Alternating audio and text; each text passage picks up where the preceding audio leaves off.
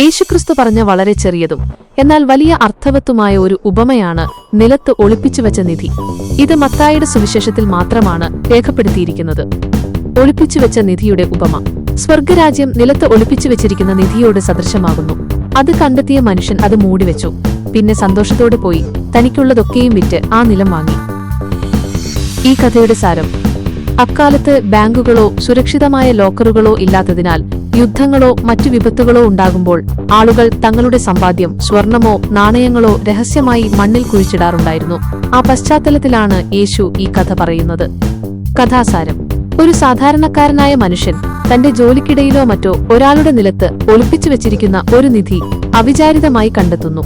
അത് വലിയ മൂല്യമുള്ള ഒന്നാണെന്ന് തിരിച്ചറിഞ്ഞ അയാൾ ആ നിധി തന്റേതാക്കാൻ ആഗ്രഹിക്കുന്നു. അതിനായി അയാൾ ചെയ്യുന്നത് തന്റെ പക്കലുള്ള സകല സമ്പാദ്യങ്ങളും വിൽക്കുക എന്നതാണ്. തന്റെ കയ്യിലുള്ളതെല്ലാം നഷ്ടപ്പെടുത്തിയാലും ആ നിധിക്ക് അതിനേക്കാൾ മൂല്യമുണ്ടെന്ന് അയാൾക്കറിയാമായിരുന്നു. ഒടുവിൽ അയാൾ ആ നിലം വാങ്ങുകയും നിധി സ്വന്തമാക്കുകയും ചെയ്യുന്നു. ഉപമ നൽകുന്ന പ്രധാന പാഠങ്ങൾ: സ്വർഗരാജ്യത്തിന്റെ മൂല്യം. ലോകത്തിലെ എല്ലാ സുഖസൗകര്യങ്ങളെക്കാളും വലുതാണ് ദൈവരാജ്യം. അത് സ്വന്തമാക്കാൻ എന്തും ത്യാഗം ചെയ്യാൻ ഒരു വിശ്വാസി തയ്യാറാകണം. സന്തോഷത്തോടെയുള്ള ത്യാഗം.